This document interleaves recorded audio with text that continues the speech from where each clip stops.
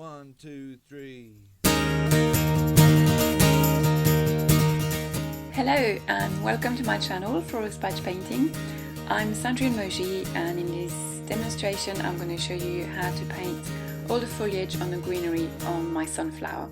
This is the third part of the sunflower demonstration, and this is where we will be at the end of this video once all the green has been done. And this is where we're starting.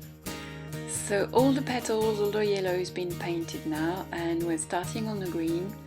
I like to start on small areas because when you paint wet in wet, the conditions, the weather, the temperature, the humidity in the air, all that is going to affect the speed at which your paint is going to dry. And by starting in a small area, this allows you to evaluate that speed without risking making a mess of one of the large prominent leaves at the front. So I'm painting some wet in wet on the little sepals that are underneath the petals, and I'm painting them quite dark because they're in the shadow, but also because I want them to make the petals stand out, and the darker the green underneath the petals, the more the bright yellow will stand out on top of them. Now that I have found out how quickly my paint is drying, it's time to be brave and start work on some big leaves. The one I've just done on the left is a leaf which is at the front, so I want it to be quite defined and quite saturated in colour with a lot of contrast, so it will come forward in the painting. The one I'm working on now is a very large leaf, but it's in the background. It's behind the sunflower and it's behind the front leaves, so I don't want to give it so much definition because I want it to recede into the background and give depth to the painting. So what I'm doing now is that with a massive brush, I think this is a number 16, I'm adding a lot of water, always painting wet in wet, but I'm not limiting that water to the edge of the leaf. I'm actually going over to the paper, over the edge of the leaf. So now I'm adding the paint. That paint is going to bleed into the paper around the leaf, and I'm not going to have a sharp edge on that leaf. It's going to be a bit fuzzy and it's going to be bleeding into the background, giving the impression that there's more greenery around there, but also by the lack of definition, it will make it recede, and by the lack of contrast as well, it will make it recede. So I'm painting with a very big brush and to give it the main shape, and then with this tiny brush, which is a number 0, I'm going into the serrations on the leaf which is on top of it. So I'm doing some negative painting, and I'm painting effectively 2 leaves at a time. I'm painting the leaf underneath by putting color on it, but I'm also painting the leaf on top by going in between the serrations and making them stand out in front of the dark leaf behind. It looks quite dark right now, but once I've gone in to soften the washes and once it's dry, it's going to look a lot paler, and because I'm going to diffuse it over the edge of the leaf, it's not going to look as sharp. While that leaf in the background was drying, I did a bit more work on the leaf on the left, and I'm zooming in to show you in greater detail the first wash of colour on a leaf that is at the front. So you can see I'm adding quite a lot of colour in the first wash so that I don't have to do 85 washes over my leaf. And always wet in wet, first dropping the colour in and then softening with the brush. That removes a bit of colour as well. It helps lifting the highlights as well. I'm lifting the highlights a little bit, but I'm not keeping them completely white because it's not a glossy leaf, so the highlights won't be completely white. Now I leave that to dry, and then it's time for the third wash. So there's been 1 wash of shadow, 1 wash of colour. Now it's my second wash of colour. And this time I'm not working on half a leaf at a time, I'm working on the whole leaf. Still with my big brush, still wet in wet. You can actually see the reflection of the ferrule in the water. So this is how wet it is. It really is soaking wet. And the reason I'm working on the whole leaf at a time is because that vein in the center, if you keep on working half a leaf at a time, the vein in the center is going to be too prominent. So it's time I bring the two halves together. And by painting the whole leaf, that will do that. That will give some unity to that leaf. So I'm going quite dark there underneath the folds, and I'm following the map of my shadows, the map I created with my shadows. And I'm following the veins as well, because usually veins have got a bit of shadow on one side and a bit of highlight on the other side. So when you add your color, if you follow your veins, that will give a little bit of volume. Now my green mix here is my sap green, which is the Royal Talens. It's a Dutch manufacturer and I really like their green. It's a sap green, but it's different from the other sap greens. All sap greens are different. And Royal Talens, their artist range is called Rembrandt. And I like their sap green. And I used it as a base. And I've added Winsor blue red shade to it. And I've also added a little bit of Perylene violet to make it a little bit darker. And in the lighter bits, I've added some of my permanent yellow. Now while this is drying, I'm moving back to the large leaf on the left. And the same as the one on the right, I'm now working on the whole leaf, not on half leaves, again so that the leaf will come together and won't have too strong a split down the middle. You need a central vein, but you still need to look like your two halves belong together. So putting a lot of water there, still with my really big brush. It's quite a soft brush, so it won't lift the paint that's already there. And even if it were to lift a little bit, what it does is that it softens what's there before. It doesn't really change the shape, it doesn't really change the highlights or the shadows, it just softens your washes a little bit, which in my opinion is always a good thing. So now I'm going quite dark underneath the petals in the same way that the sepals underneath were quite dark to make the petals stand out. The leaf has to be quite dark as well. You can see that the yellow looks a lot stronger as soon as you put this really dark green there. It's the same mix as before. I'm going along the veins, letting the green bleed out over the mid-tones, strengthening the edge a little bit with the serrations. This is where you have to be really, really neat. If you're not careful, you're going to have multiple lines on your edges and that's going to look a bit scruffy. You need to be neat and make sure that you follow the exact same line. It doesn't mean using a tiny brush. This brush is a number 4, I believe, which is not the tiniest I have, but you do need a good point.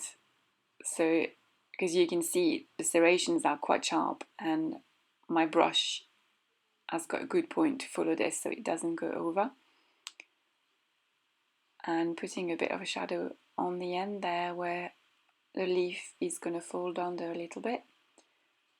Following my veins like I did before, adding some secondary veins, dropping more paint. Whenever you lift your brush, you get a blob of paint. So you have to be careful where you want to leave that blob of paint. So if you paint from the center of the leaf towards the edge, you're going to have more paint on the edge of your leaf. If you go in the other direction, if you start on the edge of the leaf and paint towards the center, then that blob of paint that comes off at the end of your movement will settle towards the center. So you have to make the decision. Do you want more paint on the center or do you want more paint on the edge? And it depends. Sometimes you have a shadow on the edge and this is where you want to have more paint, and sometimes the edge is lighter and you don't want to lift your brush in the middle of a highlight. Now moving on to the stem, I've done a first wash on there, which is almost a flat wash, just a little bit lighter on the highlight on the left side because my light is coming from the left. And I am now adding much stronger paint. Again, going dark behind the sepals to make that stem recede and look like it's going right behind the flower. This is my shadow color on the right side there, so this is where I'm starting to add the paint on the length of the stem. And I'm adding the paint following the ridges. This is a cast shadow underneath that little stem coming on the left. And the reason I'm following the ridges is because a sunflower branch, the branch that goes to the flower, is actually really heavily ridged. So by adding the paint following that ridge, I'm giving the right texture, keeping the highlights on the top of the ridges and going darker in the shadows on the recess of the ridges. So you can see that even wet in wet, you can make the texture come through.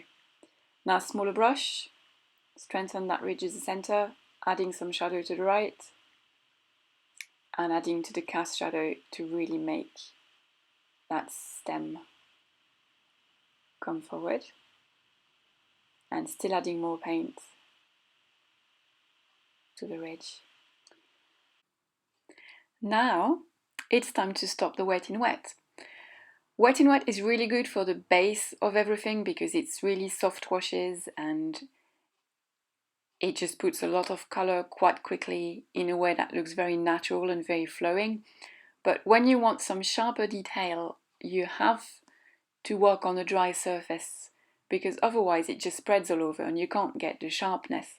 So I'm adding the paint now with quite a big brush still. This is a number 8 and it's on dry paper, but as soon as I add the paint, I blend it with pure water straight away. So that one side of my line, which is the side where the vein is sharp, but the other side of my line is soft, so it blends into the texture. And that will effectively give an edge to the vein without the vein looking just like a line, because one side is a sharp line for the vein, but the other side is into the texture of the leaf. These are some secondary veins, again blending them straight away, like I've done for the big veins. And now adding some more of these secondary veins and strengthening the central vein as well. You have to observe, at this point you really have to observe well the veining on your leaves because they all have different patterns of veining.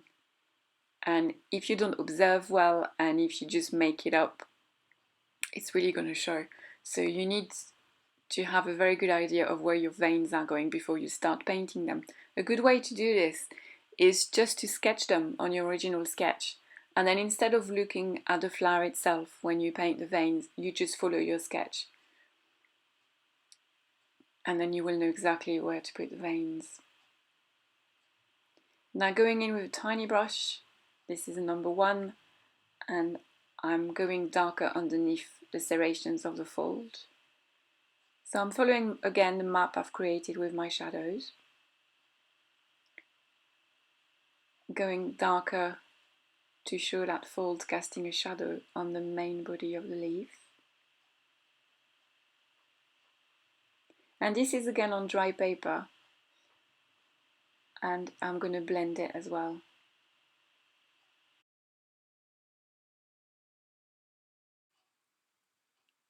Now we're going to do some more dry brush, and this time it's on the tiny sepals that you get on the buds. Behind the flower there I've got some buds with their sepals just waiting to open up to reveal another flower. And this is just basically drawing with paint. I haven't sketched them. Again, I'm following the sketch I have in my sketchbook, but I haven't sketched them on the paper. And I'm going to go straight with a dry brush and I'm going to draw them. This is a number 0. It's a very tiny brush. And it's drawing with paint, drawing with a brush. I'm just adding them one by one. Some crossover, some go behind. They can't go in front because the bud is far behind. So I'm leaving them quite pale and not very detailed, again because I want them to recede. I don't want them to come forward. And here we are, that's the foliage on the sunflower finished, and that's the end of part 3. Thank you for watching, I hope you enjoyed it, and for part 4 is the last part, and it will be all the detail in the center and all the little hairs and veins and bits everywhere. Thank you, happy painting, bye!